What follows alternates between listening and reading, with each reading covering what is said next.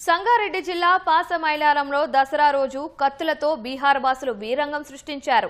Sainagar food industry వద్ద ఉన్న కొందరిని బీహారీలు కొడుతూ ఉండగా గొడవను ఆపేందుకు కిరణ్ అనే యువకుడు వెళ్లడంతో అతడిని సైతం చితకబాదారు.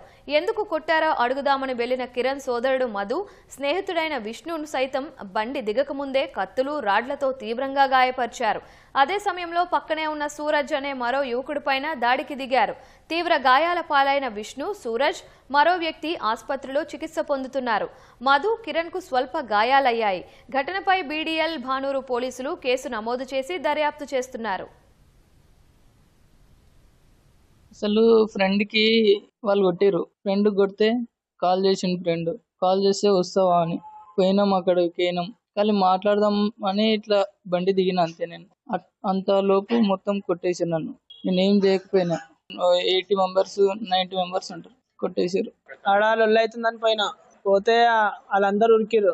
నేను మెల్లగా వెళ్తుంటే నన్ను పట్టుకొని నాకు కొట్టిండు. నాకు ఇంకో ఆయన ఉండే అక్కడ ఆయనకు కొట్టిండు. ఆయనకు చాక్ తోటి కొట్టిండు. చాక్ తోటి ఇలా మెడ పైన కొట్టిండు.